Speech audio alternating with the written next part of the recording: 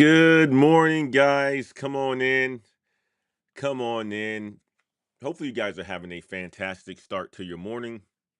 Welcome back to another stream. I just want to give you guys a heads up that I'm going to be doing this stream today instead of tomorrow, but I'm also going to be playing it tomorrow at the 6 o'clock time frame. So this will be a Monday morning or a Monday evening stream, but we're doing it on a Sunday morning because I'm going to be away from you guys on tomorrow and all of next week. I'm going to be taking a holiday, a much needed vacation before we jump back into the swing of things when August comes around. We got a lot of changes coming to this channel, guys. Things that I'm very, very excited about, ways that I can show up and to continue to give you guys a magnificent amount of game and career ways that you can level up and ways that you can grow in your career and ways that you can grow in life, ways that you can accelerate the wealth that you're actually building for yourself. So that's what we're going to be making changes to in the month of August. And I'll be showing up to you guys every morning, Monday through Friday. That is the task at hand. And I'm very excited about that. But guys, go ahead and drop where you're tuning in to us from in the chat. I want to know where you guys are tuning in to us from. And we're going to get this thing going. We're going to be talking about a lot of things today. But before we even do that, drop a one in the chat also if you've been rejected for a job that you were 100% qualified for. Drop a one in the chat if you've been rejected for a job that you were 100% qualified for. Today's stream is going to hit a lot of people in the gut. We are going to talk about strategy and real solutions. So be ready for it. It's a Sunday morning. What other time do you have but to give God the glory? And or you can be giving me the glory or your career the glory as well too. Guys, before we even do that, I just mentioned God just now. In the state of Texas, where I currently live, there has been a tragic amount of flash floods that has gone through the hill country, and I live in the hill country. Our house has not been impacted. Many of the people that live in the community that I live in have not been impacted, but many others were. There were a lot of people who sent their kids to summer camps that were alongside the river where the flash flood happened. Many people are no longer with us. It is a catastrophe. So we'll pray for those individuals who have been affected and impacted by these floods. They're bad. I mean, like I've been catching up on the news since July the 3rd when the rain started, July the 4th, 4th of July, and it's been bad. Now everybody else is starting to get the news a couple of days later of how this tragedy has occurred. And of course, you get online and you see the crazy amount of people who have their input and political spin. And just don't be that type of a person. Please don't be that type of a person because nobody needs it in a time when people are struggling and people are going through a magnificent amount of this tragedy. And nobody needs to read comments online about what your political views are or who you think, money is coming from and who you think, what this was caused by. So I just wanted to say that to you because, you know, as your mind shift starts to change, especially when it was related to your career, you won't have those kind of thoughts. Those things will be an aftermath. And I just found out about a lot of this stuff about the things that is being said by, my wife and things like that when she's reading some of the forums because some of the kids that go to my kids' schools, they knew people that were impacted by this, and many of them are no longer with us. So, but going to the stream. Let us switch gears here. I want to make sure that we switch gears to what's important here. Today's stream, we're going to be covering whether the job market is actually strong or just media spin, how much Meta is really paying, and what you can learn from what these guys are being paid. We're also going to be talking about a Microsoft employee who got laid off twice and still came out ahead. Plus, we're going to be talking about what my clients are doing to win even in this crazy job market. So let's lock in. Let me go over to the chats and see who's all in here.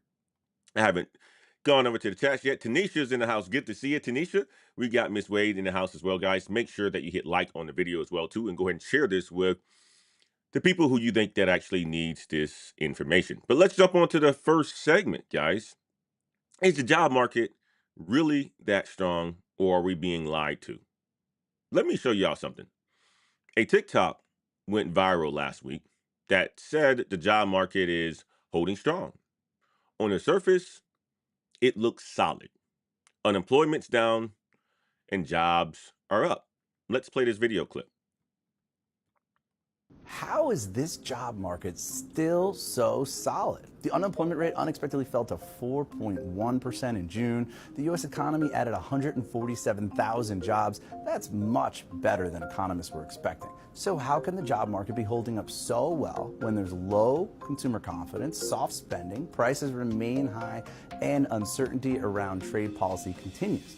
Although the headline figures in the job report reflect resilience, there are some concerning signs under the surface. Job growth was not widespread in June. Most of the gains were in healthcare, leisure and hospitality, and state and local government. Hiring in the rest of the private sector wasn't as robust, and it's taking longer for jobless folks to find work. 130,000 people also dropped out of the labor force. The black unemployment rate surged to 3-year highs in June. Despite those signals, this job market is continuing to defy expectations, even in the face of heightened uncertainty about the economy.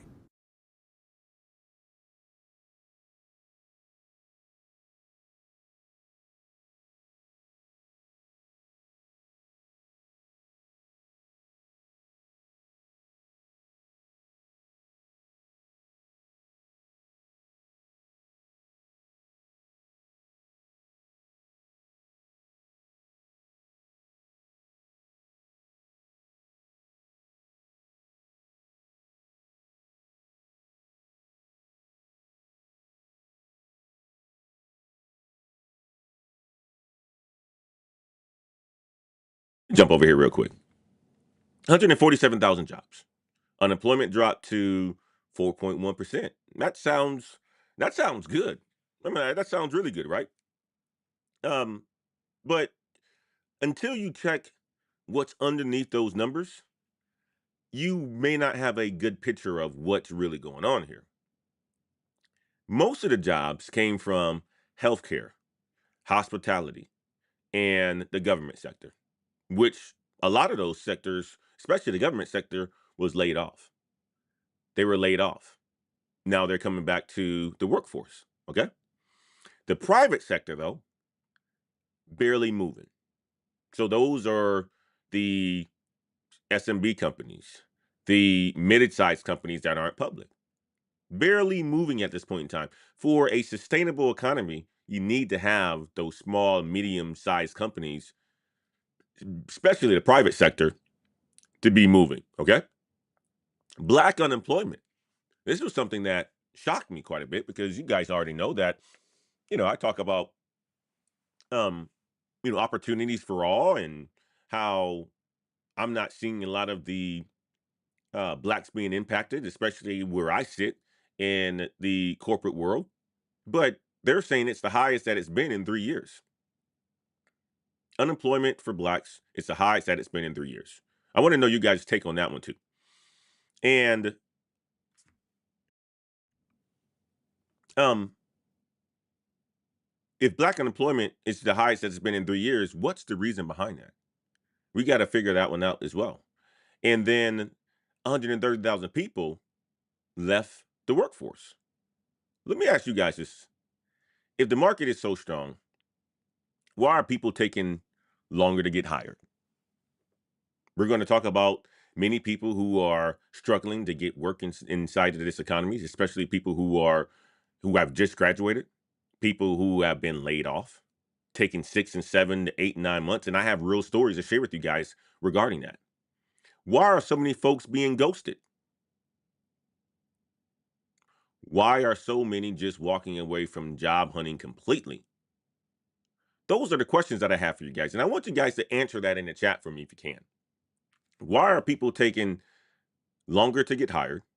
Why are so many folks being ghosted?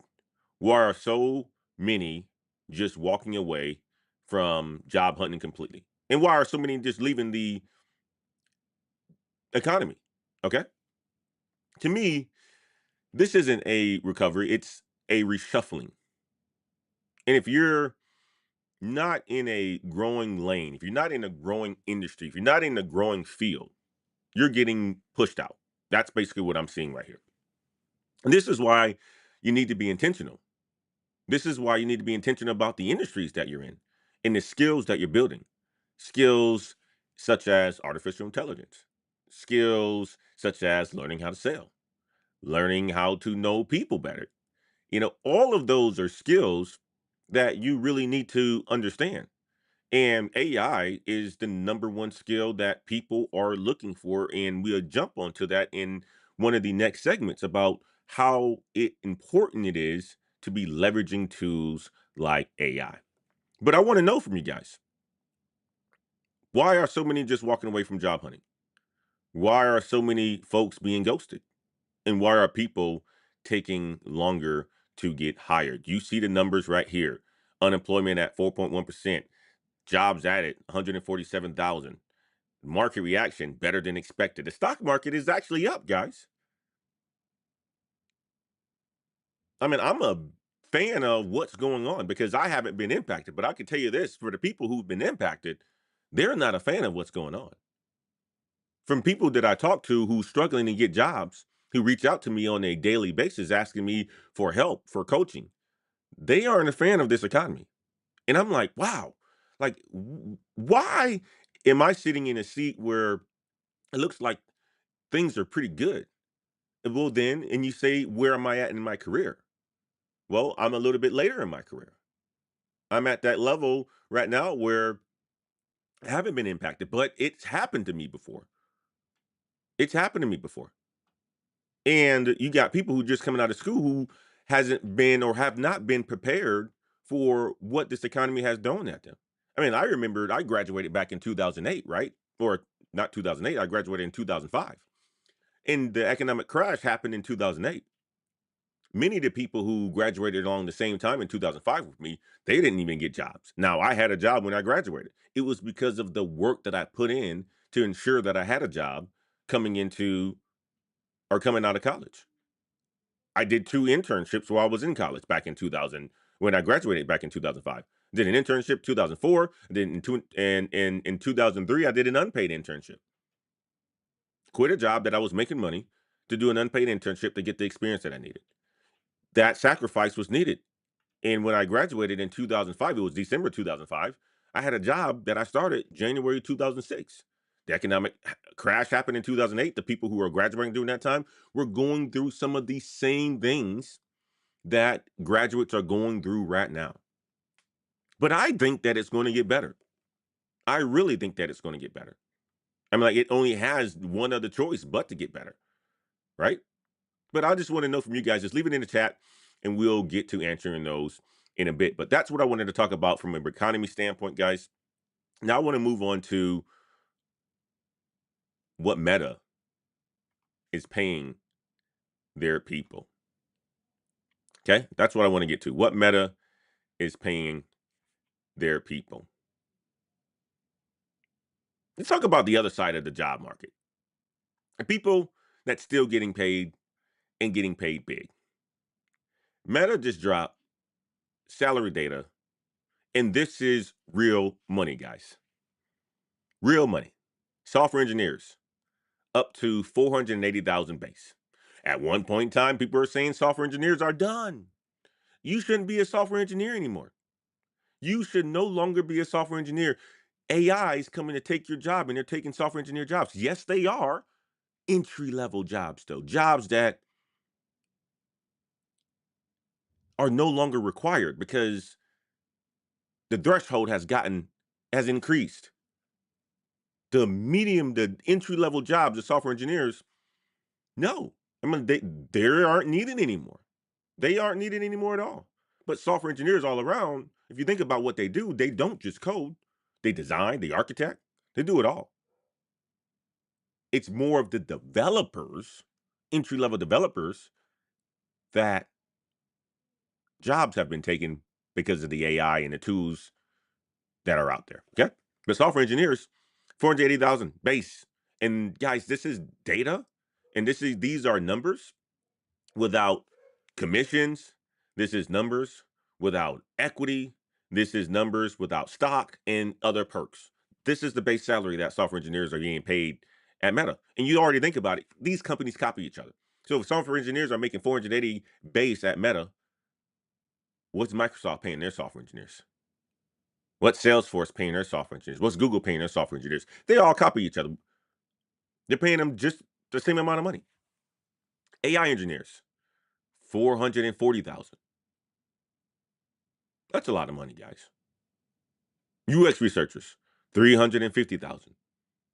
Even data analysts are making over $200,000 a year. And that's just the base, like I said. That doesn't include stock. That doesn't include bonuses. So the question I have for you guys is, what does this tell us? This tells me that the money is still flowing if you're in the right place, though. You have to be in the right industries. You have to be in the right place. You have to be in the right companies. Companies that are focusing on automation, companies that are focusing on AI, companies that are focusing on things like healthcare and patient improvement, oil and gas. All of that, those are industries where the money is still flowing. And if you're in the right place, in the right space, you're going to be in a really good position in your career. But it also tells you that what skills that you should be choosing to leverage, especially for you individuals who watch this channel who are just getting out of college. It's telling you, or going to college, it's telling you where you should focus your energy. So, one of the things about YouTube is you get an opportunity to see who views your channel, the age range. And there are individuals who watch this channel. Now, it's a small percent that watch this channel who are getting ready to go into college. But there are people who are in college right now who watch the channel because they give me comments on my videos just about every single day. Okay, they send me something, right? What should I do about this? Okay, I'm a junior, I'm a sophomore. What should I prepare for? And these are the people who are thinking far ahead. But this is also for those individuals to let them know where they should be focusing their time and their effort, where they should be majoring in. No more of these degrees that are useless. And if you guys haven't and don't know what a useless degree is, I've done a video. Go and check out the channel. I've done many videos on useless degrees and what you can do as an alternative. Don't be going to school for an English major. Don't go to school for art major, art history.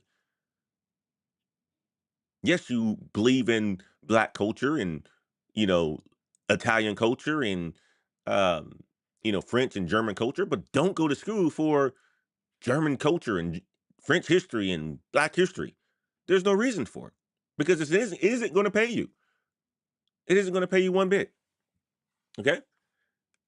The AI arms race is real. And if you have transferable like skills like communication, skills like systems thinking, skills like leadership, you can get into this AI game.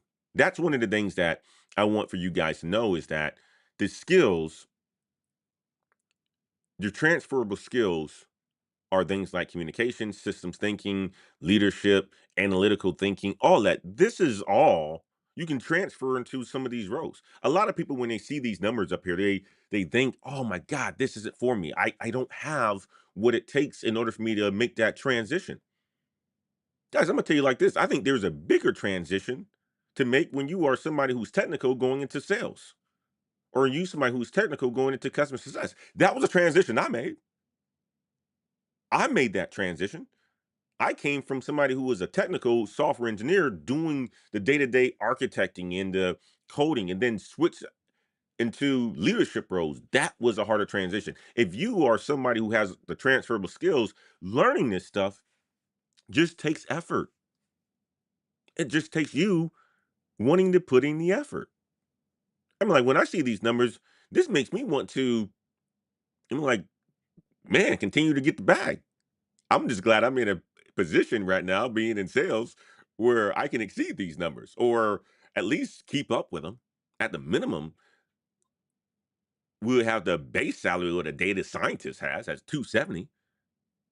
That's at a minimum. Being in the sales world that I'm in AI and automation and supply chain. And this is why I push tech. This is why I push strategy. This is why I push customer success. This is why I push sales, because those are the roles that are the bridge to the money. Think about these pillars. You think about the bridge. You think about you. These strategies, these positions, these areas of technology, and these areas that you need to. These are the areas that you need to be in. Tech, strategy, customer success, sales. Those are the bridge to the where the money is.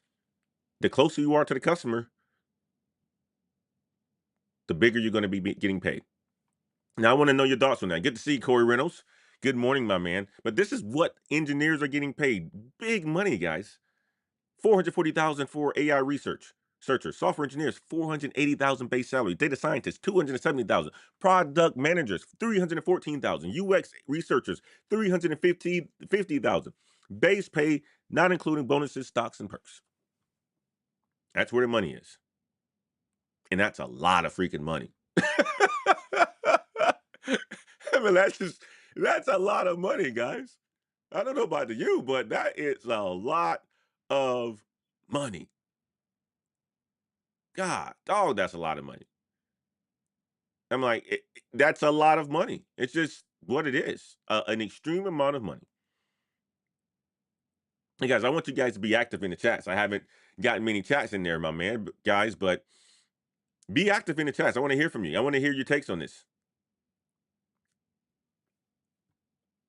Operation Brother Scotty says, "Hey family, was not expecting to see you guys this morning. Caught me off guard. I know. I am doing switching it up a little bit, Brother Scott. I'm going to be on vacation this week, so I wanted to make sure that I came to you guys on this beautiful Sunday, and I will be playing this replay on tomorrow for all of you guys who actually missed the show.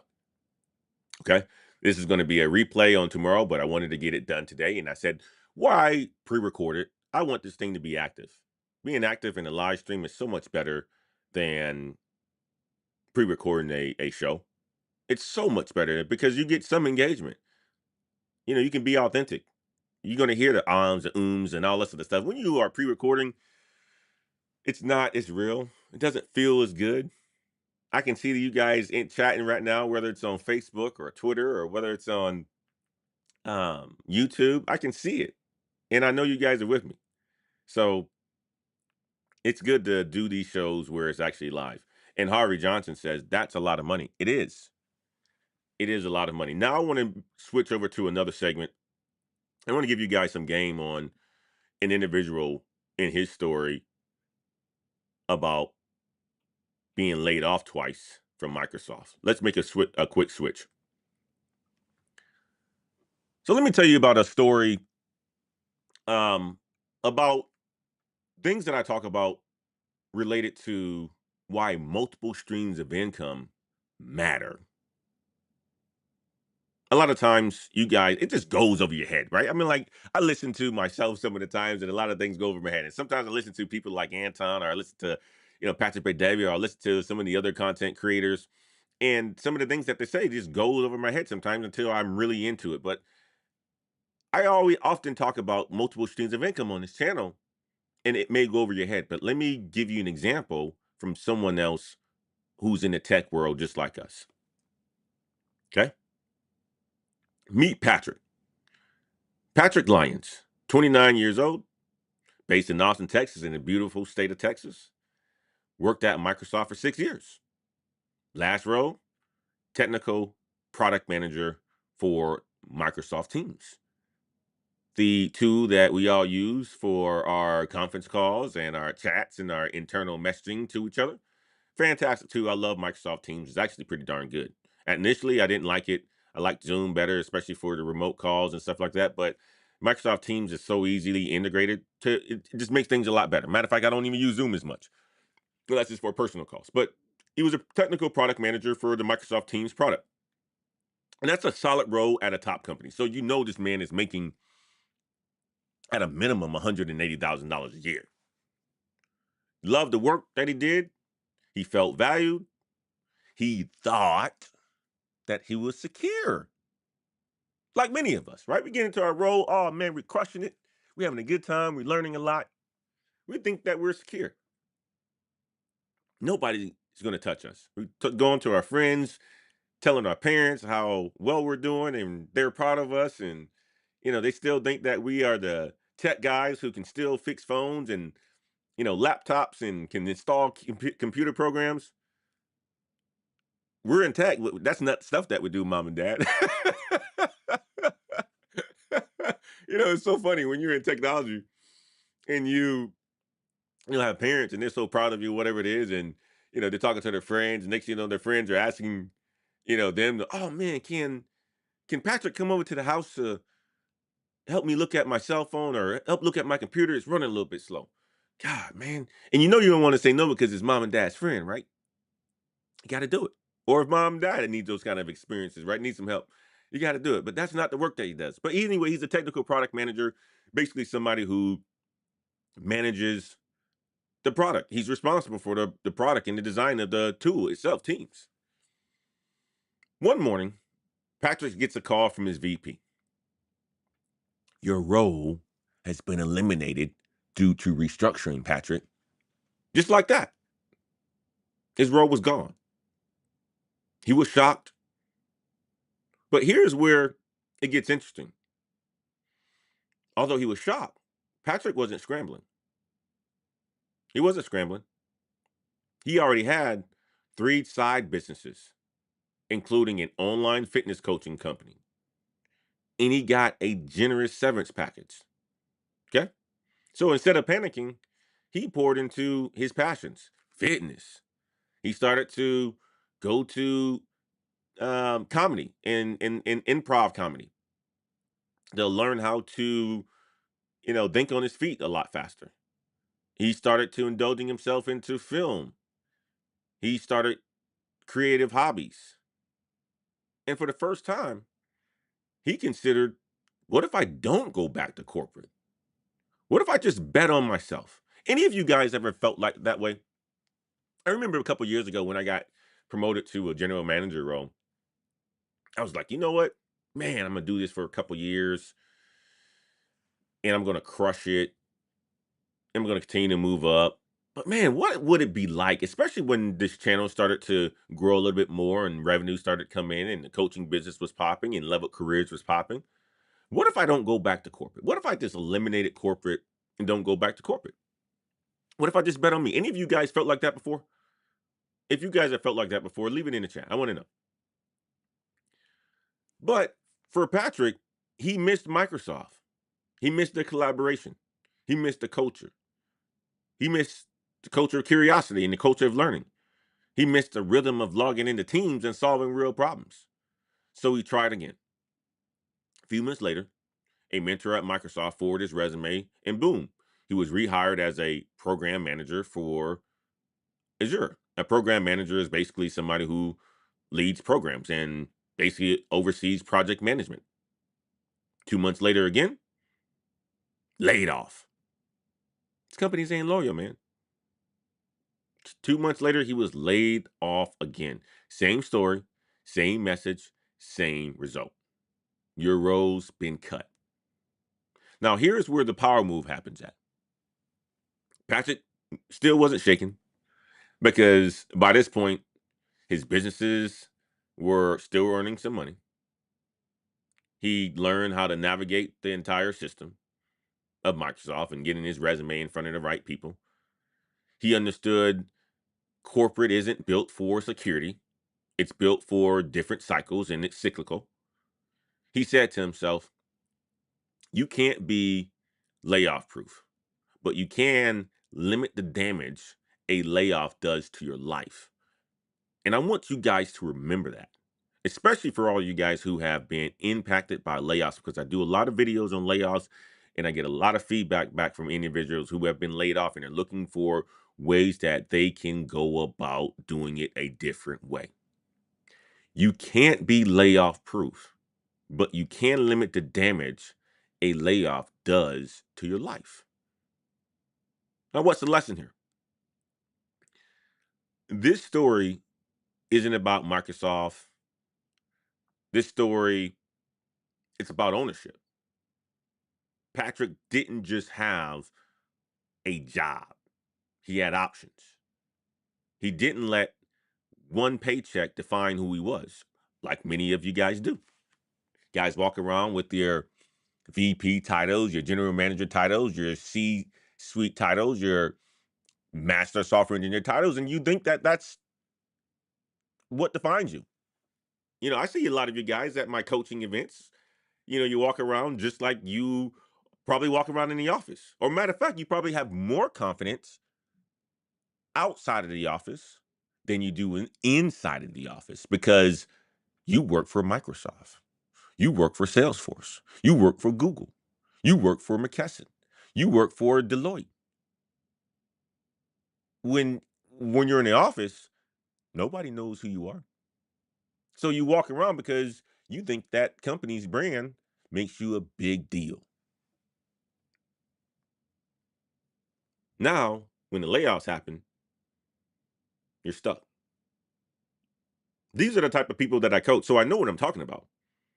These are the types of people that I coach. These are the types of people that are just figuring it out.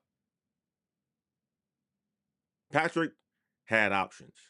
He didn't just let that paycheck define who he was. He had a platform. And when corporate said, "We are done with you," he said, "I'm still good. I'm still good, guys."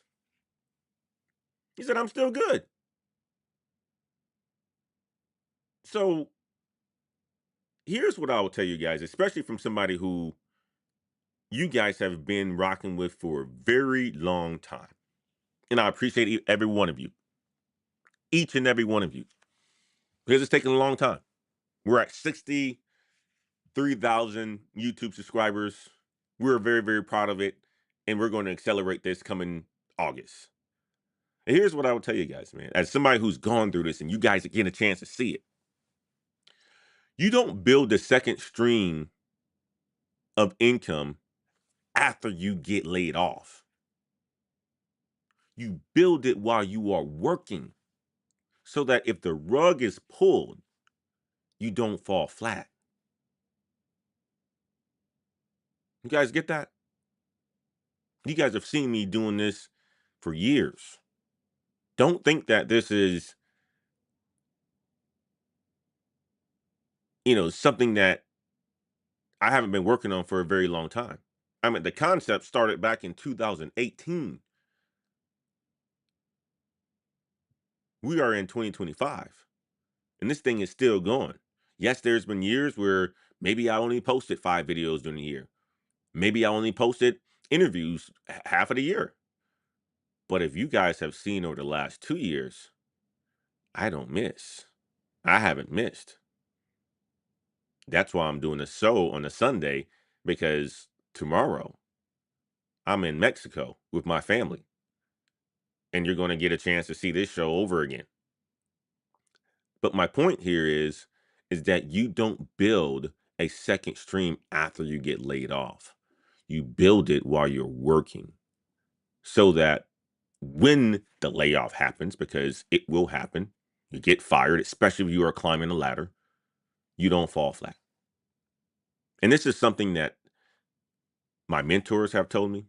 This is something that people who are in a completely different industry outside of tech have told me the exact same thing. They wish they would have done that earlier. Or they say this, you know what? Don't let lifestyle creep go into your life. As you continue to excel up the ladder, Antoine, don't let lifestyle creep set into your life. Make sure you're managing your budget. Make sure you're managing your expenses. You start making $1 million a year, don't have $1 million lifestyle, because that $1 million isn't always going to be $1 million that you're going to be getting paid every single year. Same thing with how I think about multiple streams of income, right? If you have multiple streams of income, If you're getting only paid $200,000 a year and you're trying to climb the corporate ladder, or you just are in a season where you're not looking to grow, you're just looking to do your job and you're looking to do it well and you're looking to learn, that still doesn't mean that you're not and you won't be impacted by layoffs because of decisions that corporations make, because it's a cycle and it's not intentional towards you. So don't build that second stream after you get laid off. You build it while you're working. So if the rug gets pulled, you don't fall flat. That's what I want to leave you guys on that segment. Now I'm going to move on to another segment, guys, and this is going to be the one where we get some real reactions from individuals who are being impacted by this job market. But before we do that, I want to run over to the chats real quick and see what's going on in the chats. Good to see you, Anjanette. She says, great word on a Sunday. You know what? I appreciate you, Anjanette. Thank you so much for being here and always rocking with me, coming to us from Facebook. My girl from Atlanta, Georgia. Strong worker. Anjanette has always crushed it. Her and I did grad school together at Georgia Tech. Absolutely amazing individual, raising some brilliant young men and just crushing it. Just absolutely crushing it. Always working out. I see you on your workout game too, Anjanette. Continue to crush it. Good to see you. Person Tech Taylor said, well, it definitely is great to see the family have a fun and safe vacay with the family, big bro. I definitely will. It's much needed. It is much needed. I'm still going to put out some content, of course. I already got it pre-scheduled. Tuesday and Thursdays, we're going to have video drops. But this live stream with me flying tomorrow morning and getting to the hotel a little bit later in the afternoon, the kids are going to want to be in the pool. 6 o'clock's going to come around real quick. That's going to be tough to do a live stream, especially when you don't know what your setup is going to be like. Like, let me do this on a Sunday morning. So I'm getting ahead of it. I am getting ahead of it. Anyway, let's move on to the last segment of the show that I wanted to talk about, guys. And we're going to react to why people are saying that the job market sucks. There are no jobs out there. Okay? That's what we're talking about now. Let's move over to that segment.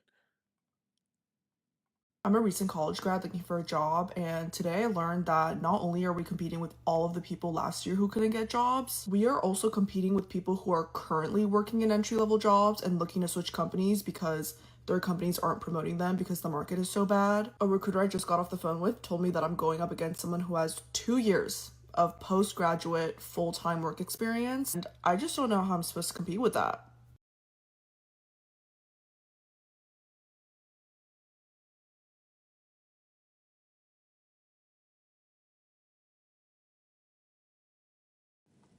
I'm a recent college grad looking for a job, and today I learned that not only are we competing with all of the people last year who couldn't get jobs, we are also competing with people who are currently working in entry level jobs and looking to switch companies because their companies aren't promoting them because the market is so bad. A recruiter I just got off the phone with told me that I'm going up against someone who has 2 years of postgraduate full time work experience, and I just don't know how I'm supposed to compete with that.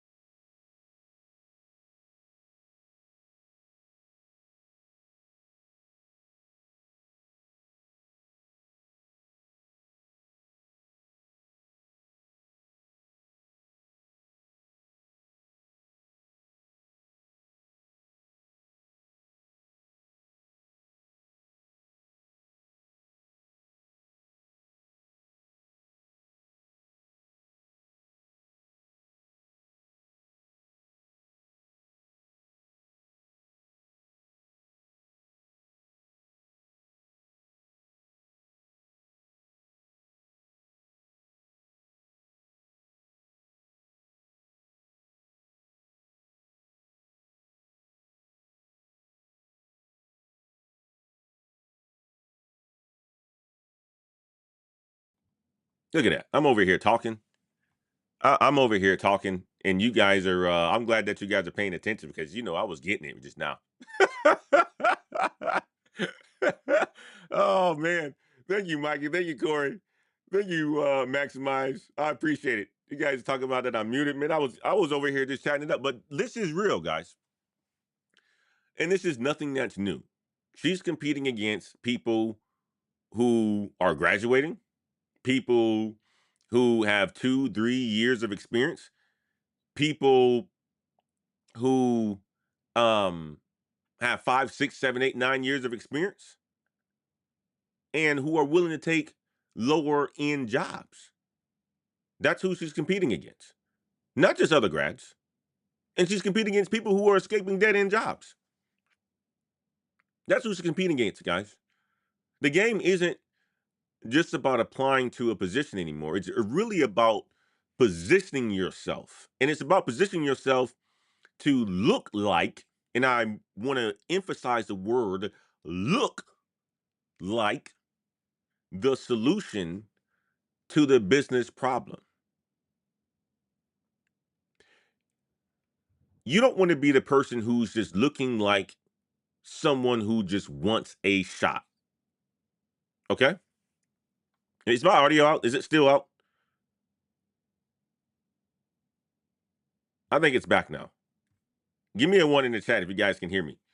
Give me a one in the chat if you guys can hear me. I'm over here making sure that my audio is back in, and it looks like it's back in right now, but I want to know for sure from you guys. Let me know. Audio's in. Give me a one. If it's not, then I need to reset my audio. But right now, from what I can see, my audio is actually working. Let me know.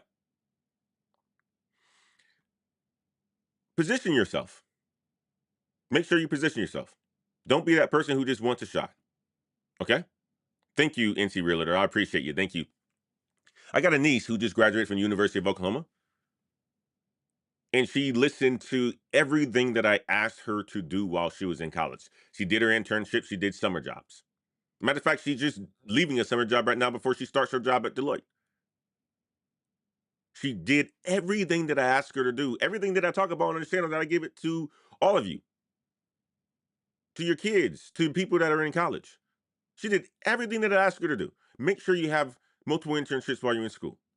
Make sure you're positioning yourself the right way. Make sure you are making connections. Make sure you're at every single job fair that they have, even if you don't want to be there. Make sure that you're connecting and you're dialed into the people who come into your class that talks about careers and work for some of these different companies. Make sure you get their business card.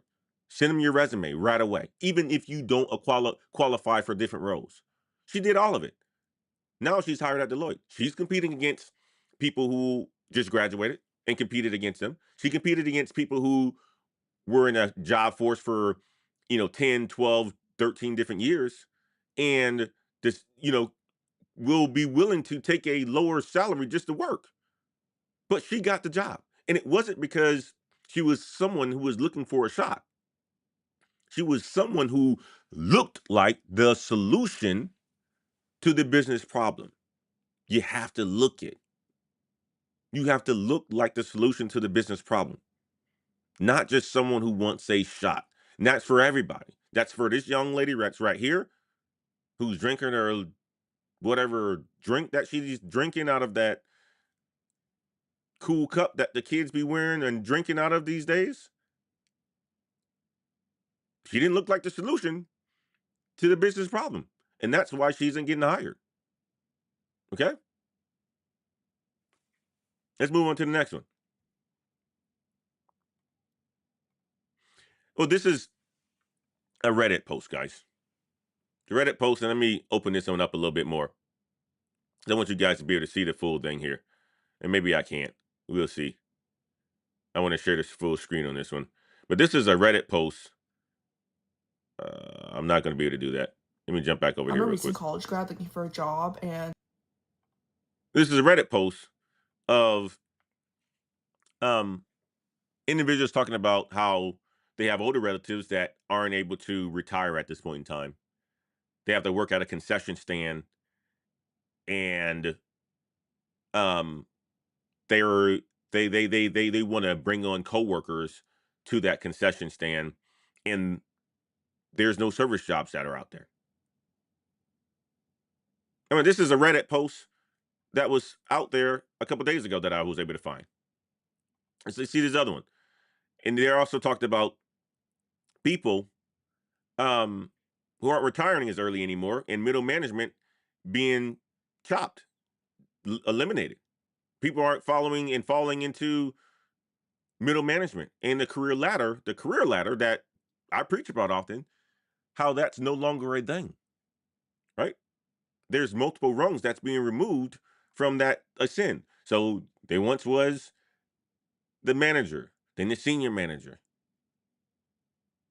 then the associate director, and then the director, and then the associate VP, and then the VP, and then the SVP or the EVP or the CVP, whatever VPs. Those are the multiple ladders that exist in the corporate. And as you continue to ascend up that way, you make more money. You get more responsibilities at certain companies, right? These titles mean something because you know how it is when we walk out into the public and we tell people what we do. We got to put a title to it, right? We got to put a title to it. But what's being said is that the middle rungs are being cut out. So moving up is a lot harder now. That's what's being said. That's what's being said. I don't know. I want to know from you guys if that's what you're seeing as well too. Now let's move on to the next one.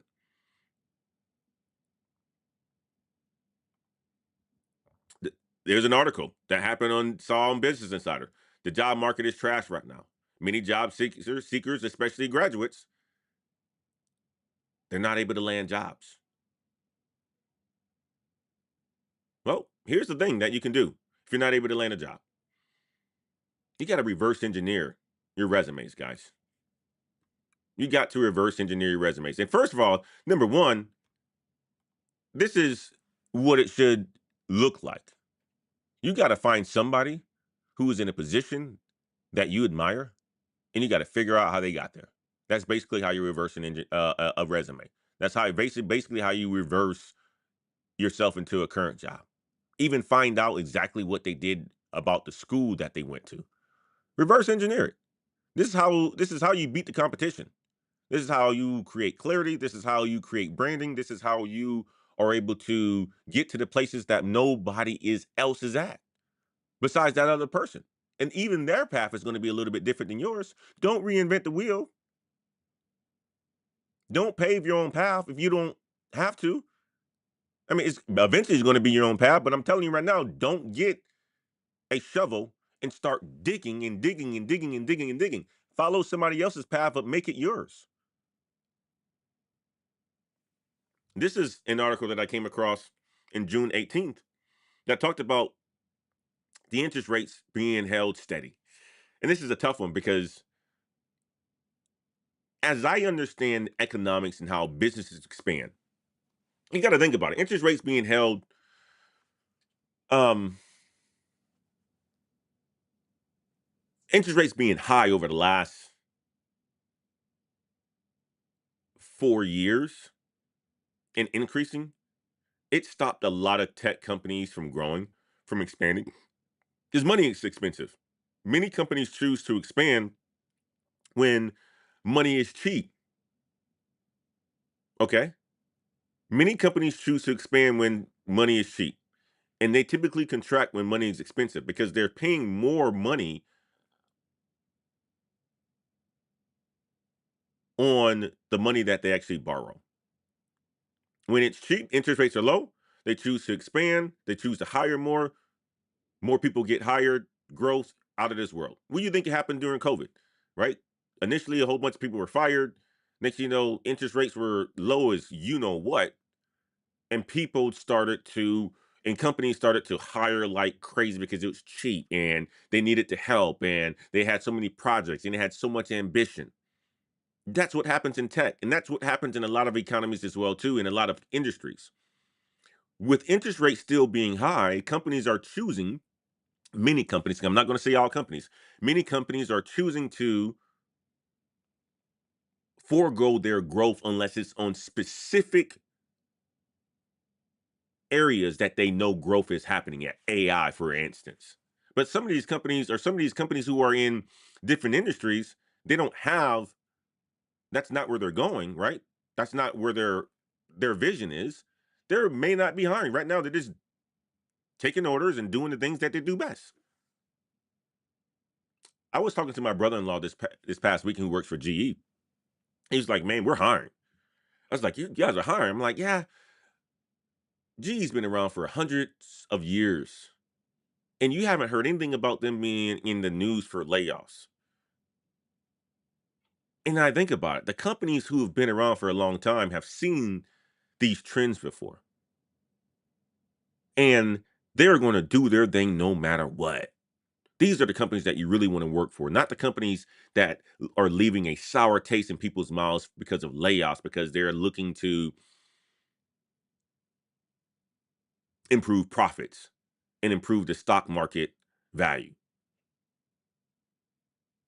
They're not the ones that you're going to want to work for.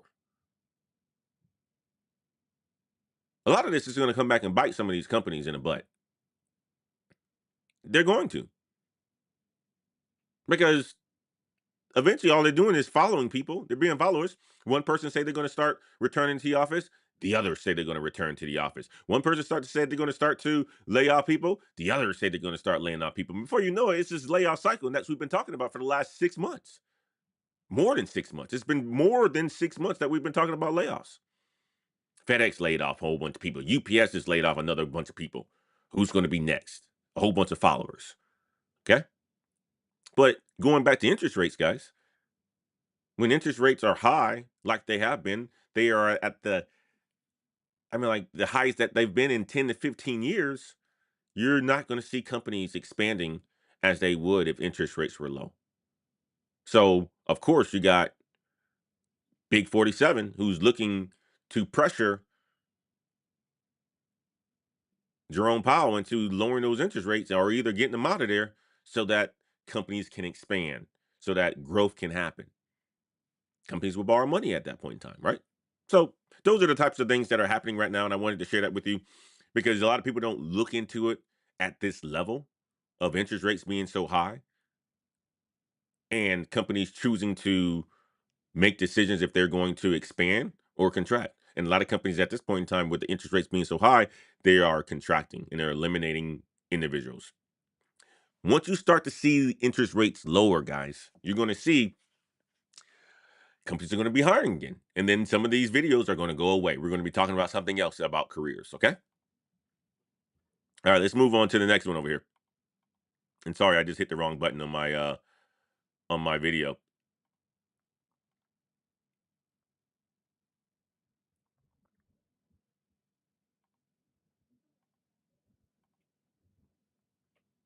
Keep getting rejection after rejection after rejection. I have been, getting advice from recruiters on this app, from people who give career coaching advice online. I, tailor my resume. I include cover letters even when it's not required. I do like a bullet point list that's easy to read, why I'm a good fit. I go on LinkedIn. I reach out to, the hiring managers or the recruiters that work for the company. And I'll even reach out to people who already work in the position that I'm applying to. I do all of that after I apply. And I still get rejected. And then even if I make it to the next level with interviews and I do a good job, I'm prepared, I answer the questions great, everything seems well, send out my thank you emails. I'm very responsive to them, very professional in all of my communications with them. Even with all of that, I'm still not getting jobs. And like I said, it's been over a year. And I don't know what to do anymore. I don't know if it's possible to get an entry-level job. I mean, I'm applying for jobs that I'm overqualified for, and I still am not getting those jobs or even getting a shot to interview with them because I'm getting auto rejected for some reason. Like I said, I've been tailoring my resume, scoring it on ChatGPT to see, how does this resume hold up with for what they're looking for. And even with all of that, I'm still getting auto rejected. And yes, I'm applying to jobs within, the week that they're posted. So honestly, what more can I do? What do people have to do nowadays to get a job? You want me to try? Mm, you heard her. You heard her say it. I mean, you literally heard her say it. She's doing everything right, still rejected. Perfect resume, clean outreach, still no interviews. Here's the thing, man. The reason why she's being rejected so much, and I'll go back to her picture real quick, is because this market that you're in right now, it punishes people who have a passive strategy.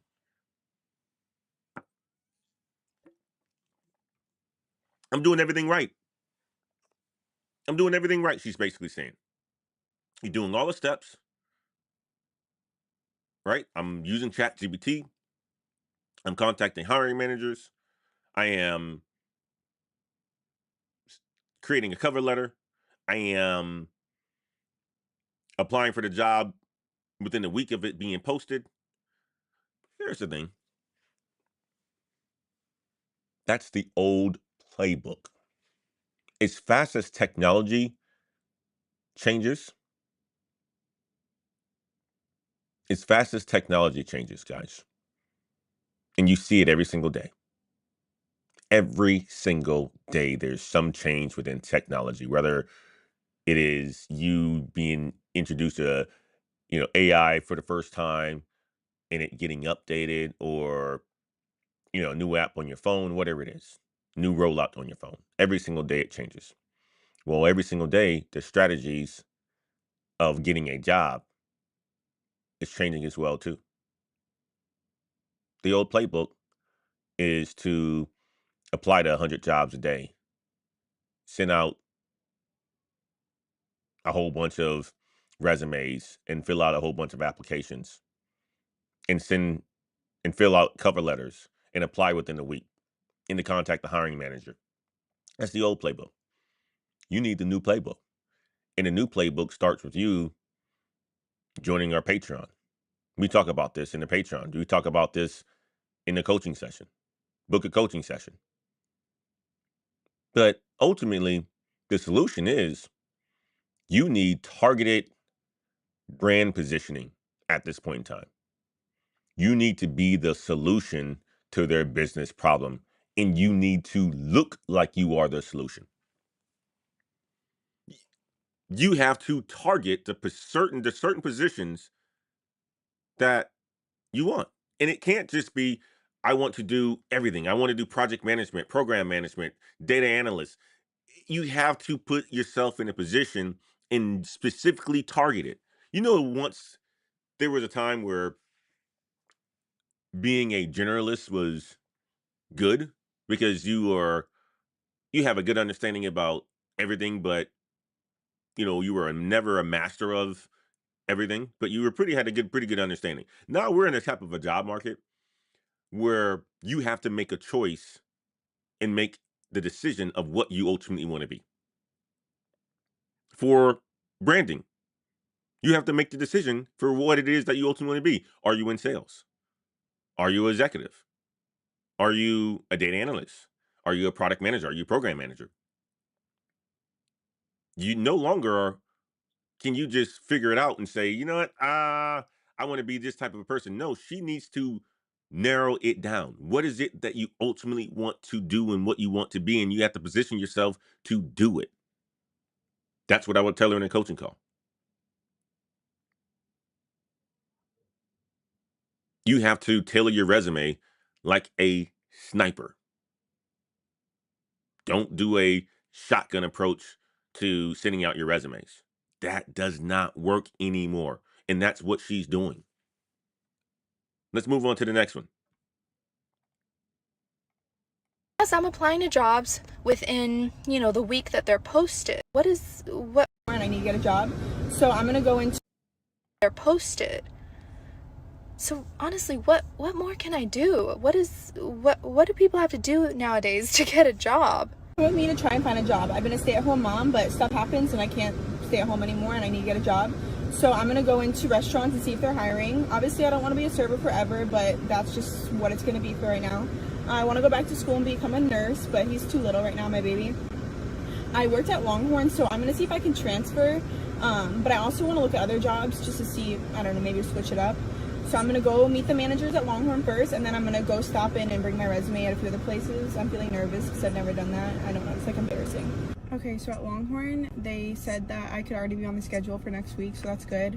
They put me down for bartending and serving, but they said it's a little slow, and I don't know. So I'm gonna go to another place, and then I'll let you guys know. Okay, there's this new restaurant that I'm about to walk in and ask. I'm so scared, I don't know why.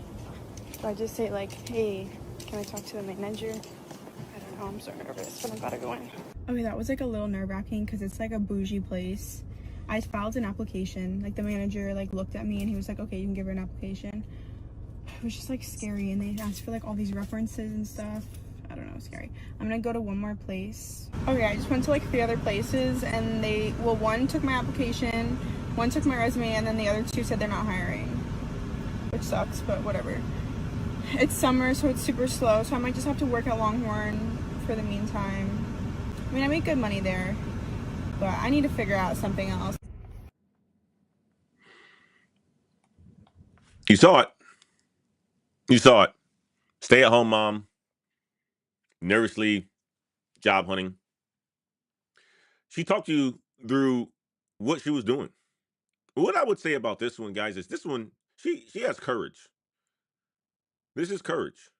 Showing up scared, but still showing up. Showing up scared is showing up. The re-entry to the workforce is scary for young women. It's very scary. If my wife decides she wants to do it, I'm sure it's going to be very scary for her. And re-entry is also emotional. But here's the piece of it that I will tell you. Confidence comes from preparation and positioning yourself and having multiple reps. Any of you guys, when you found the job that you had, I guarantee the majority of the time it's not the first interview that you've been on. Like when I graduated from out of college, I had applied to maybe 500 different jobs. And I had gone on maybe, I don't know, I mean, like high 80s of interviews. So I knew what the interview process was like. It got to a point where my story became so unique and it became part of me that by the 20th interview, 30th interview, it got better. 40th interview, it got better. 50th interview got even better. 60th, 70th interview, it got stronger to where that confidence and preparation was just there. And I remember when for Coca-Cola, that interview process was very easy, but for Red Pearl side of an interview, any of you have done a presentation where you've gone through it or you had to, go on stage and do a talk in front of the company or in front of other executives or in front of a whole bunch of people where there's like thousands of people? You have to practice. You have to practice. You have to practice. You practice enough before you know it, it becomes who you are. That confidence is there. That swag is there.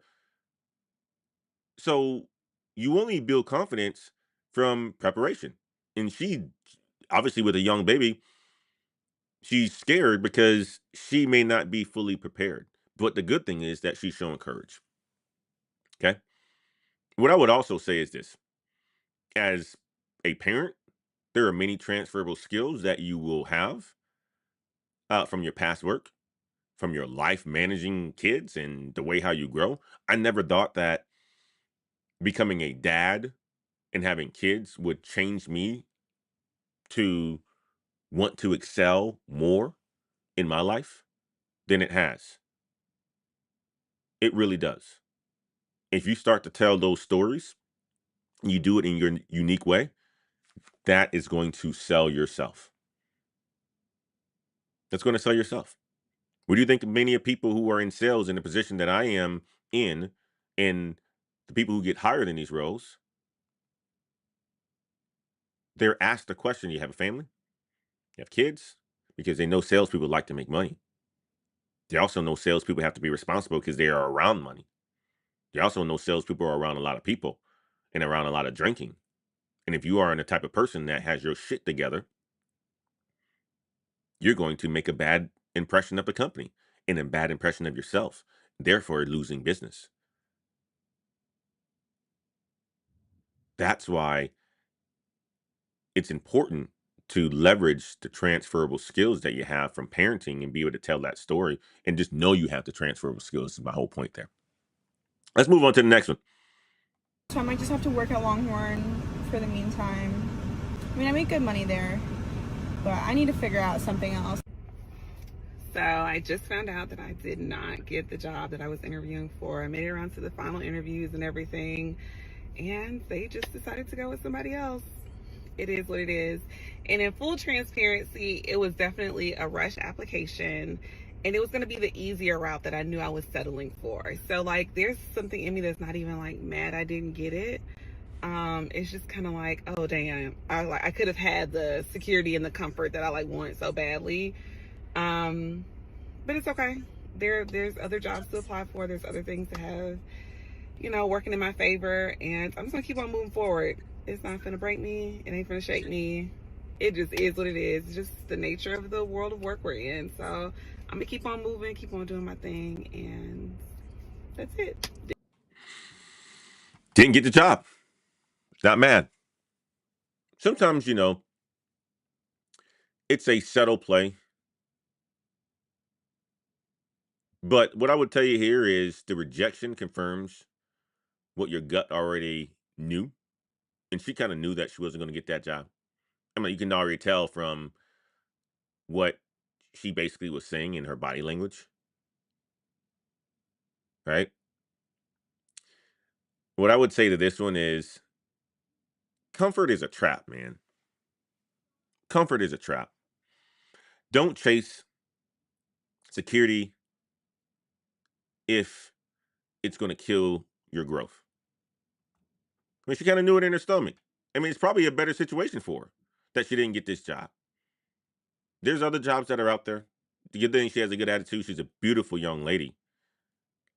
But sometimes applying for the job that you're comfortable for and you know that you can get and rush application, you're just going to get it, may not be the best thing for you. And that's the universe basically saying to you that that's not the right job for you. Maybe that's what it is. Maybe it's the universe basically saying to you, that's not the right job for you. Okay? Let's move on to this next one. Get the job. Okay, so you know how we opened that PR box I got from LinkedIn Together, and it was very clear that LinkedIn is pivoting to become a social media platform for creators that they're not paying to create on their site, which, like, fine, all well and good, get our voices out there. But I think they could have done something better, and I felt really bad. Like, when you critique something, I'm somebody that's like, if you're going to critique and criticize something, you have to give a suggestion or a solution on how that person could do better, because not everybody knows. People are in their silos, they're head down doing the work, and they just completely missed the mark, but they missed the mark, right? And so I was going to write them an email and give them an idea. I had a great idea on how they could have made this better, right? For unemployed people, for job seekers, for professionals to truly connect on their platform.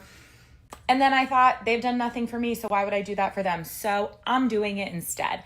I am making a Sanity Ideas for Days. Okay, that's like a working title. Let me know what you think. But Sanity Ideas for Days, deck of cards, calendar, created by me and members in Rise that will give you daily action steps to take if you are panicking during your job search, weekly best practices on how you can keep a routine, and monthly challenges so that your search never gets stale.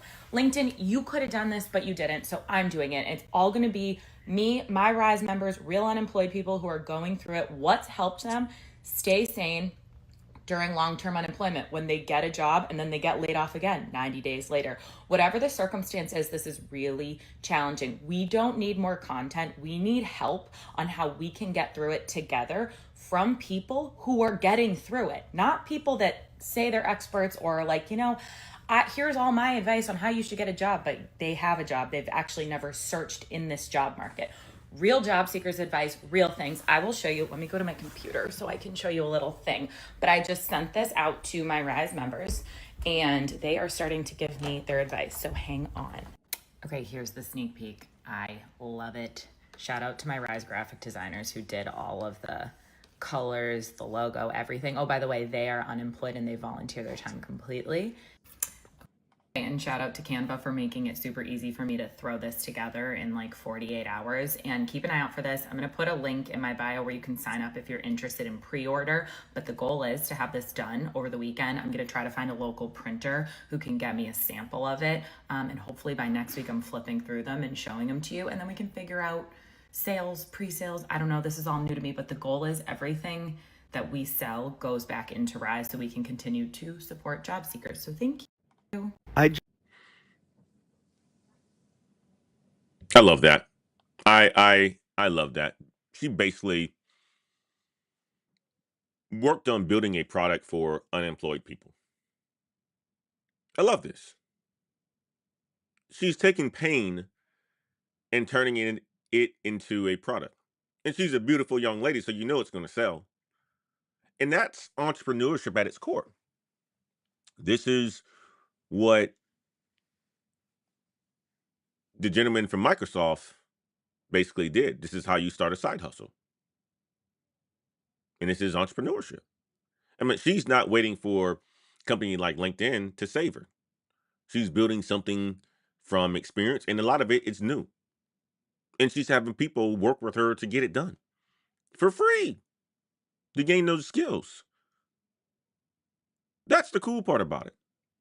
Like, a lot of times, it's not about just the complaining piece of it. A lot of times you see these videos online, and a lot of the people are complaining, and I know that they're going through a lot of different things, and that's the way how they can channel their energy and put it out there, and it is being picked up by the algorithm because I'm the one who's actually reviewing it right now. But I love the fact that this young lady decides that she wants to do something about it. She's taking the pain that she has experienced, and the many people who have experienced layoffs before in their lives and trying to get out there to the job market and trying to get another job, and the challenges that they are experiencing from not getting that job, and building a product behind it. Love it, love it, love it. And the cool part about it is she's not waiting for anyone to come in and save her. She's not waiting for the government. She's saying, I got this. I'm going to do this. I'm going to figure this out.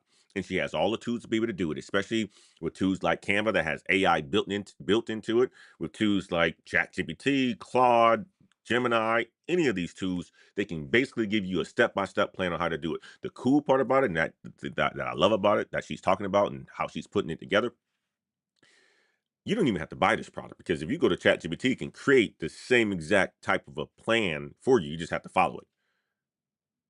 What I also know, though, is that people are going to buy it because she put it out there and they want to support her.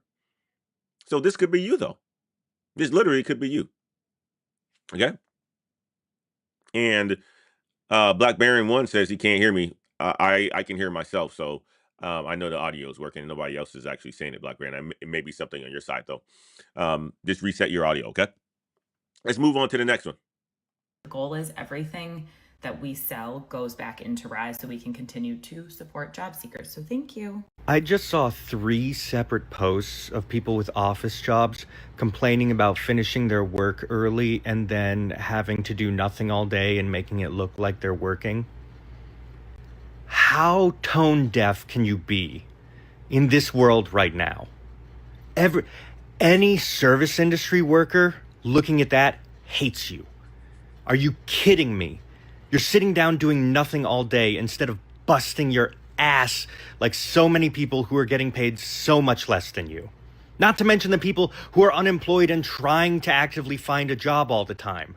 And you're complaining about your job that pays you to do nothing? Fuck you. One of the comments on one of the videos was, ugh, trying to look busy is the worst. Is it? Is it? Is it really? Because I feel like not being able to sit down for 8 hours is the worst. I feel like getting blisters because you're wearing shoes that you have to wear as opposed to shoes that are comfortable. I feel like that's the worst. I feel like having to deal with the general public in sales positions or in restaurant positions. I feel like that's the worst. Not being paid to do nothing. Just read the fucking room.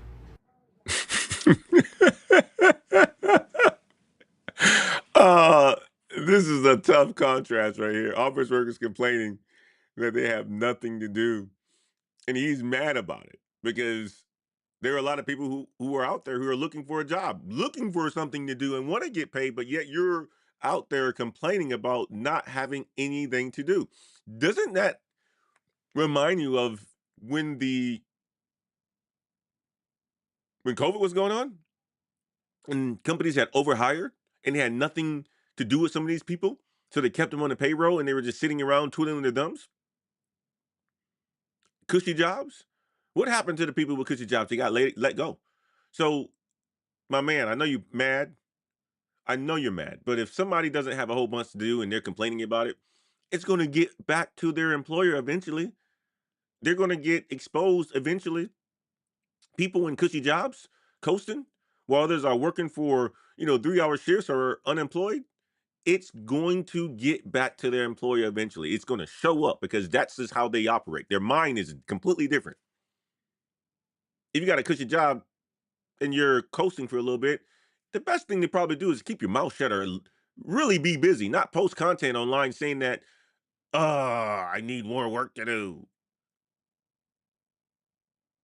And what it also shows in his video is that there's an emotional divide between those who have jobs and those who are looking for jobs with purpose and for purpose and for pay. There's a complete emotional divide. You got some people that are just complaining about their current job. Stop complaining. Be happy that you got a job. It's not a good time to make a job transition right now in the market. The only way you should be making a job transition is you getting harassed or it's abusive or you don't feel good or whatever the situation is that you're going to work and you feel sick or whatever it is. Otherwise, if you got a good job, just do the work. If it's a cushy job, just shut your mouth. Be happy that you got it. Be happy that you got it because there's men like him and women that are out there who are looking for purpose and looking to get paid to take care of their families.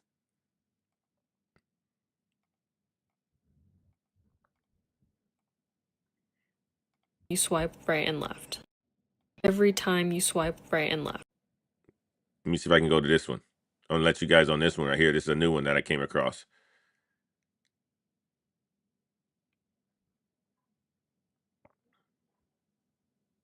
Reason why. It's because you're applying completely wrong. I was in the Fucking room.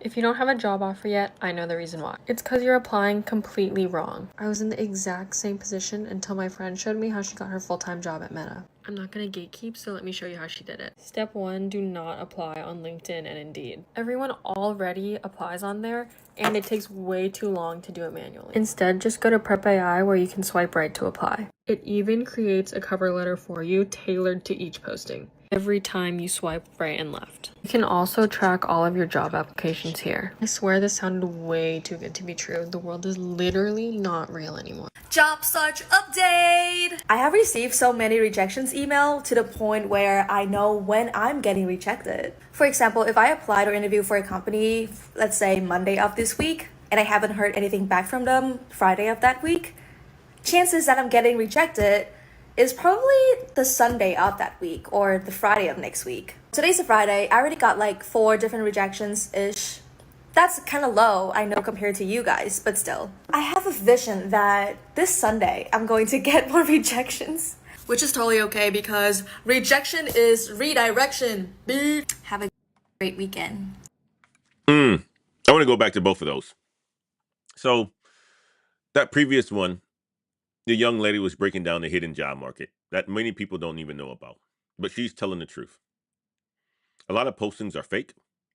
LinkedIn and Indeed are no longer the places that many people should be applying for. Although I would tell you like this, I do send out on my Patreon 10 different jobs every single Monday that I source from the last 24 hours that they were posted. And some of them are on Indeed and some of them are LinkedIn, but some of them are from other sites. The majority are from other sites.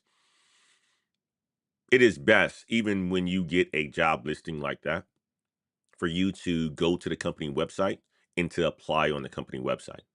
But there are tools that are out there like Apply AI that people are making and building to eliminate the challenges that people are having with LinkedIn and Indeed. LinkedIn has turned into something completely different. You heard it from the previous girl. LinkedIn is now a social media platform. It's no longer really about the job seeker who's looking for a job. It's more about positioning and marketing yourself to be or to seem like or to look like I used the word in previously, to look like the person who has the solution. It's all about marketing. It's all about branding. And it's a good place for you to be if you are willing to put yourself out there like that to be the solution to people's problems. It's a good place to be if you are a person like me who has a higher title in a company and you want to reach out to other people to get contacts with and to market yourself and to market coaching and to market whatever it is that you do. That's what it's good for. But if you're just looking at it for passive applying to companies and to jobs, it's not good like that anymore. That's not what it is anymore. And Indeed is making that shift as well too. The game has changed at the end of the day, guys. We're in an era of ghost jobs. We're in an era of resume traps. We're in an era of endless interviews. And that's just what it is. That's just the new way things are at this point in time. And you're talking about this young lady right here, top qualified candidate. I mean, like, she's qualified for entry level jobs, not a good fit for mid level jobs. That's the trap that many people fall into. She feel like she's overqualified. She applies for the job and she knows exactly when she's going to get the auto rejection on a Sunday. Here's the thing: what I would tell you is your job is to reshape your story to match the problem that the company is hiring to solve. That is your job. Reshape the story to match the problem that the company is hiring to solve. And if you can take that advice and use it for your resume as you're building it in ChatGPT, because ChatGPT is going to give you a simplified resume, unless you get experience from a coach for it to give you the right prompts and understand how this game has changed. Your resume, if you're getting it done by a professional, will look just like every other resume. That's why it's not standing out. So you have to have someone who is creating a resume who understands the prompts and how it should look to position your story. That's number one. Number two is make sure that you're matching the problem. Okay? You have to shape the story to match the problem that the company is hiring to solve. So tell that story of how you've been able to do this before and how you're going to do it again. That's how you do it. If you need help for coaching to do this sort of stuff, book a coaching session. www.blkheights.com. Sign up for the Patreon. You can ask me questions directly in the Discord. It's out there. Ask Antoine questions and I answer questions. I even will review the resume and give you some tips and pointers on there as well. Let's move on to the next one. My friend told me that he's been struggling to get a job. He's been constantly applying and he hasn't heard anything back. So I asked to see his resume. I saw his resume. And bro, I'll be honest, there is a shortage of jobs out there, but the resume is not helping at all. You do realize that the majority of companies are not sitting down reading each and every resume. They literally skip through every one of them. They only read the ones that catch their attention. And the best advice I can give is to get straight to the point on your resume. And most importantly, stop using the same resume for every single job. You have to tailor your resume for every job that you apply to. So guys are saying, yeah, I applied to 1,000 jobs and none of them have gotten back to me. But you applied to 1,000 different industries with the same resume. Obviously, no one's gonna get back to you. Guys, if you actually want to get interviews and job offers, you have to be using Remote Jobs Finder. They automatically tailor your resume and write you a cover letter for every job that you apply to, so you won't be spending hours on end applying and hearing nothing back. This alone has helped me receive 3 offers in the past week and eventually helped me secure a job. I truly wish you all good luck on your job hunt. You heard it. You heard it from her. You heard it from her. Listen to the next one. I don't even need to say anything on this one right here because she's literally telling the truth. Now, she's also a content creator and she's marketing a product. Okay. But what she basically said is no longer using the same sort of resumes. And what she's been saying and seeing and people have been telling her is that they've been applying to 1,000 jobs, but using the same resume. That's not the way it works anymore. If you guys need the help and a better understanding of that, book a coaching session with us, www.blkheights.com. Let's move on to the next one. Someone please help me find a job. The job market is literally the trenches right now. I graduated 3 years ago with a degree in molecular and cell biology, and since then I've spent over $18,000 trying to transition into tech. First, I did a boot camp in quality assurance, and that didn't work out. I looked for a job for like a year, and I wasn't able to land a job. And then I did another boot camp, which was $16,000 in cybersecurity. The boot camp didn't do much. Yes, it was helpful in terms of like the information they were teaching, but like it was everything I could have gotten online. So honestly, that's my fault.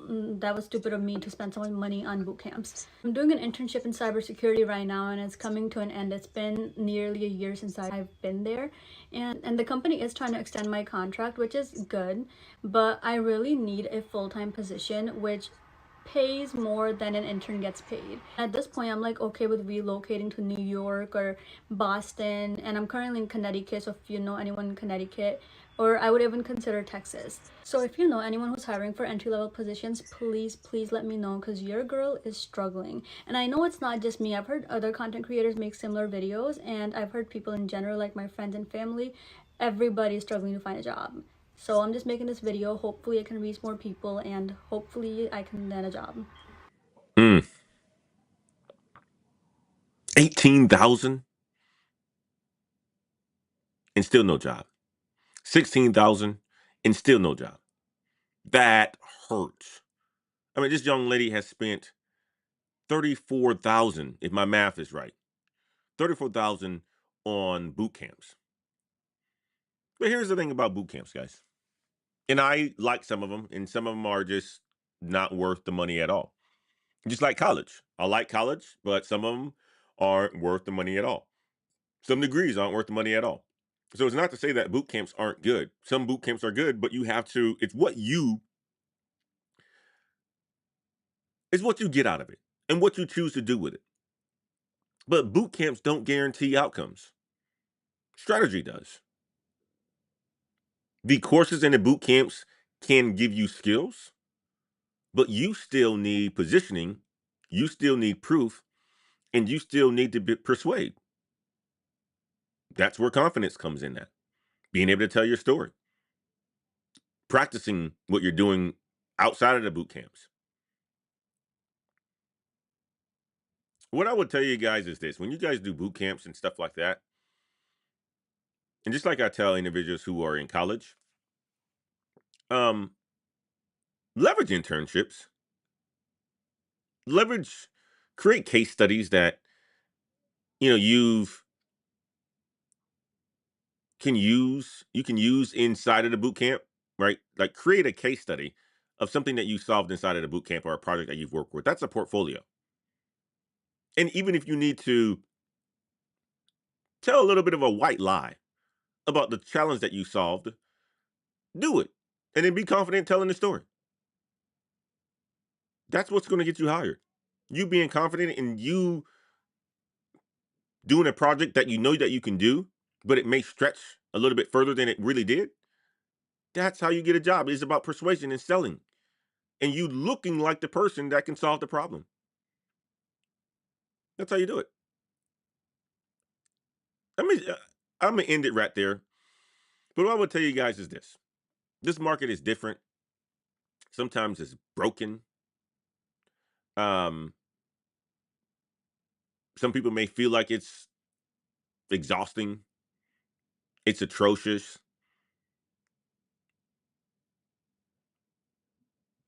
There's a lot that's going on, from mass layoffs, hiring freezes, shady rejections. Um, it's all going on at this point in time in this market. That's just what it is. That's what their new reality is at this point in time. I do think that it's going to get better. As somebody who has seen the 2008, crash and the job market during that time. Obviously, I've lived through COVID, and there's a lot of people who were let go, and even after COVID. I mean, this is post COVID, basically what's happening at this point in time, right? I'm like, takes about good 6, 7, 8 years for things to shake itself out, for recovery to really happen. And I think it's on its way to happen. But interest rates and all this other stuff needs to come down. But I'm going to give you guys some game that you can use for today, right? If you're serious about winning in this type of a market, I'm going to give you guys a bit of a blueprint. And the blueprint is coming because this is how I've done it, and this is how I coach my individuals to do it. Okay? You may see me right now on this live stream and say, man, I want to be like that guy. Okay? The first thing that I want you guys to do is to research roles and people that you ultimately want to emulate. If you don't know who that is, you better find out who that is. You're not ready for this yet. Okay? If you don't know who that is, you better find somebody who you want to emulate. Could be a gal, could be a man. Just make sure it isn't a dog, cat, walrus, whatever it is, right? But research the roles and the people that you ultimately want to emulate. Reverse engineer their resume and their positioning. How did I get there? I did this throughout my entire career. That is how I've been able to excel, excel, and excel. I reverse engineered where I wanted to be. And there's times in my career where I've let off the gas. But I know that that's the step to position yourself to have success. You have to understand what that person did, how they went about doing it, and positioning themselves. When I was coming up through the ranks, I looked at what education that my leaders had in front of me. A lot of them had MBAs, especially to get that VP title. So that's the reason why I went back and got my MBA, because I wanted that VP title. That literally was what I wrote when I first got in grad school of what I wanted to accomplish. I wanted the VP title. Well, the majority of people at Blue Yonder at that point in time that was ahead of me had an MBA. So I went and did it. I reverse engineered it. Every single position. I always had somebody that was ahead of me that I wanted to emulate. So you have to research the roles and the people that you want to emulate, and then reverse engineer their resume, their positioning. And then you want to outreach, build like sales, reach out to them, build real connections, connect with people, connect with them, learn a little bit more about them, learn how they got there, learn their story, learn some of the challenges that they've experienced. I got an entire catalog, even from my earlier days of when Black Heights and Elevate to the Unknown was just a concept, of individuals that I admired and that I interviewed on this channel to talk about their journey. I used to call it On Their Journey. They're on their journey, on their journey podcast. And it was really about them telling their story. But the whole point was I admired them and I reached out to them to build those real connections. And it was something that I took away from every single person that I talked to. Some of them were friends, some of them people that I went to grad school with, like Anjanette. And it was something that I took away from me. And I still got those into my catalog of videos on this channel. And then you want to go through the interview process.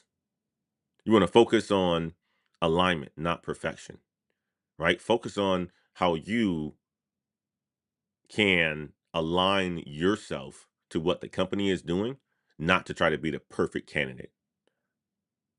That's the blueprint. Research. And that needs to be the roles and the people that you want to emulate. You have to have somebody that's in front of you. Reverse engineer it. Outreach. Put on your sales hat. And then go through the interview process. Learn. You want to use tools like LinkedIn. LinkedIn is still a good tool because you can find people who walked into your shoes before.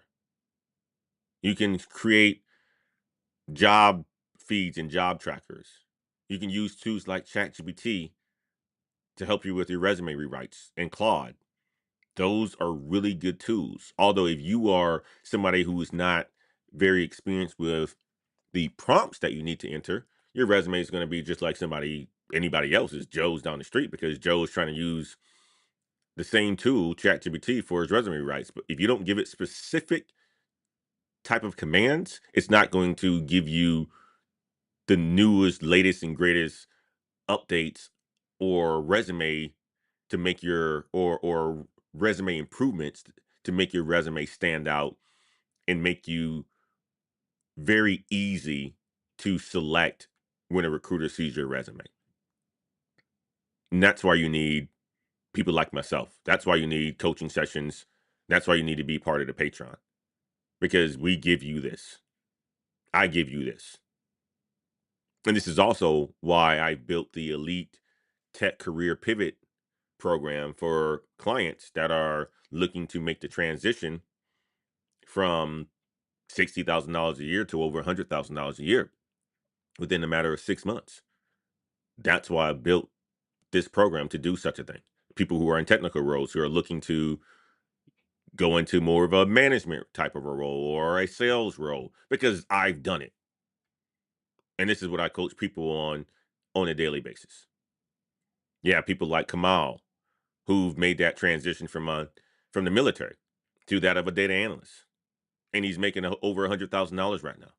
We've helped him last year. We have people like Darcellas. We have people like Richard Kane. We have a number of people that we've helped do the exact same thing with. So if you're looking for help, you have the resource right in front of you.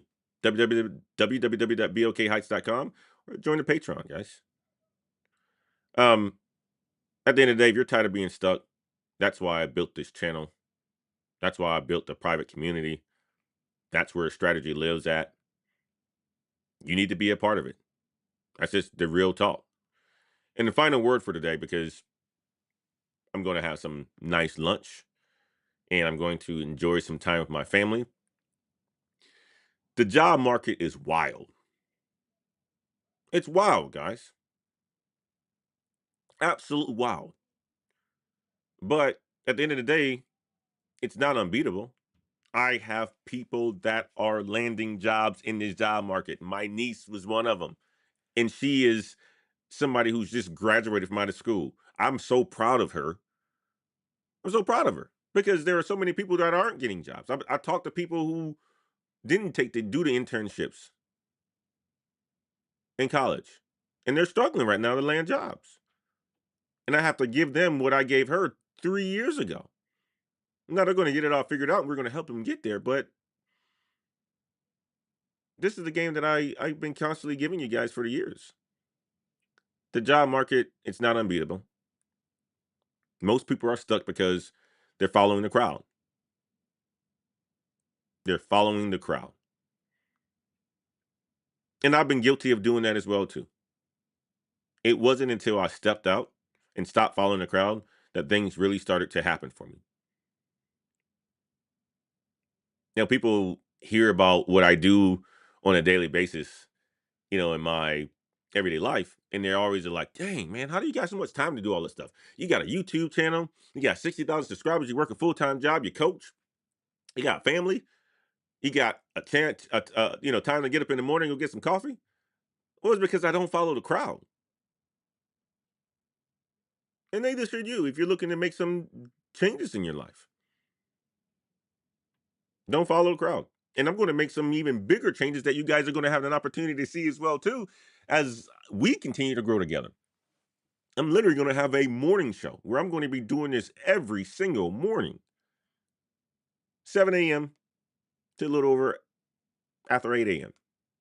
Your daily live stream, so that I can help you and get your mindset right for you to get into the workforce and get ready for the day and to hold you accountable.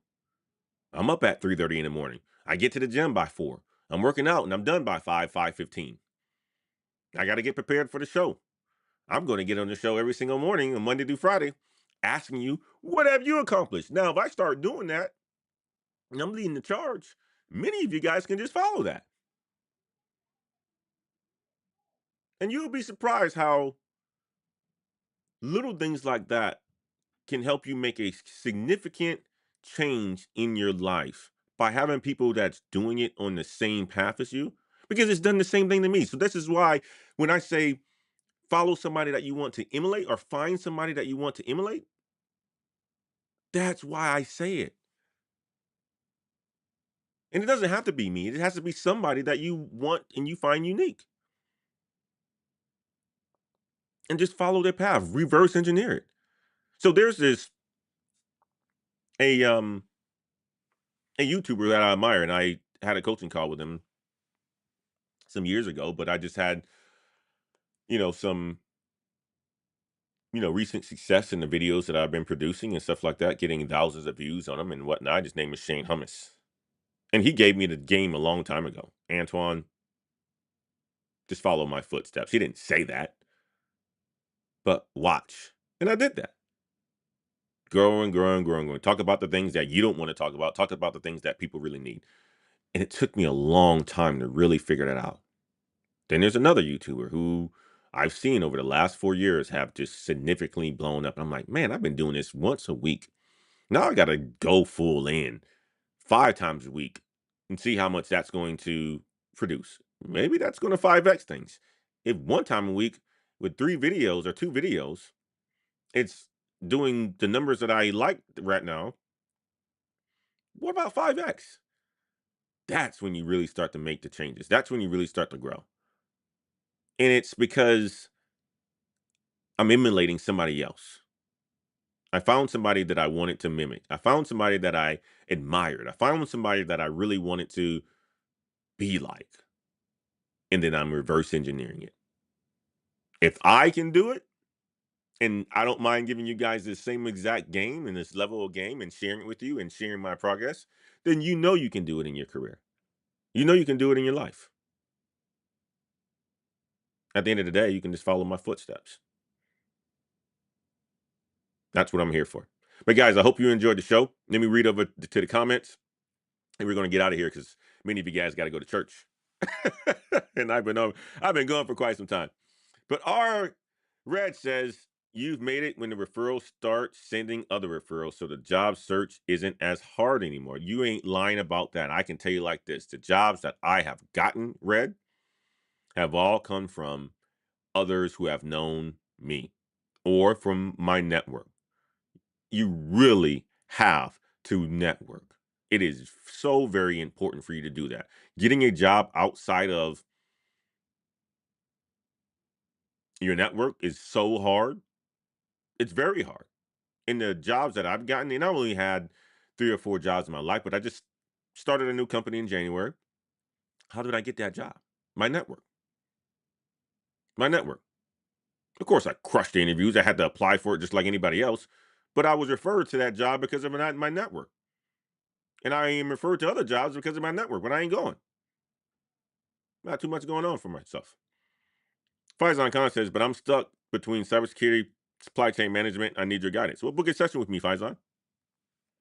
We can talk about it. I don't know much about you, Faizan, but I would love to get to know you. And the best way to do that is by getting me on the phone call. You can go to my website, www.blkheights.com, and you can book a coaching session with me. Or you can join the Discord, or you can join the Patreon. It's only $5.99 a month. You get access to me, and I'll make sure that you get your questions answered. Or I respond like I did in the chat comments when I can get to it. Ant Dog says, facts, that was me last year before I started my role in January. Them folks soaking up all that good gravy and underachieving. Yes, you got a lot of people who are in jobs who are begging for work and putting it out there online. That's what Ant Dog is talking about at this point in time. You have a lot of people who are begging for work and putting it online, saying their job is boring and they don't have enough work to do. Just be quiet. Find something to do. Learn. Take that time to learn AI and act like you're busy. I mean, because if you're putting that online, you got people like that man that we were just talking about and we just reviewed. He ain't happy. He want to work, man. He wants to work. He wants to work for purpose and have a purpose in his life and make the money to live the lifestyle that he wants to live. So don't be complaining about the job that you have. Not good advice. He said, read the room, and I would agree. You got to learn how to read the room. But guys, that's what I had for you today. Hopefully you enjoyed this show. Go and enjoy the rest of your weekend. Again, this is the show instead of Monday night. I am on holiday next week, starting on Monday. I'm going to be down in Mexico, so we're not going to have a 6 p.m. show tomorrow night. I'm going to put this same show on replay. But I appreciate you guys for rocking me on this Sunday like you guys always have. Hopefully you guys been able to soak up this content in this game and you have a great start to your week. We will see you again on the following Monday. I think that was sometime in July. We'll figure it out. I don't have the date in front of me right now.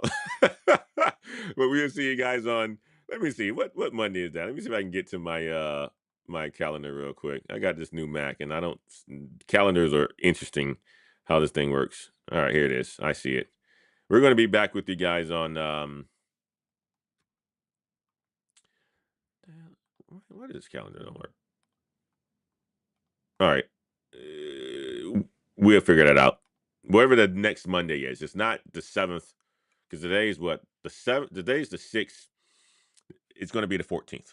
We'll see you guys Monday, the 14th, and we'll be back with you guys live and ready for another show. We'll see you guys then. Until next time.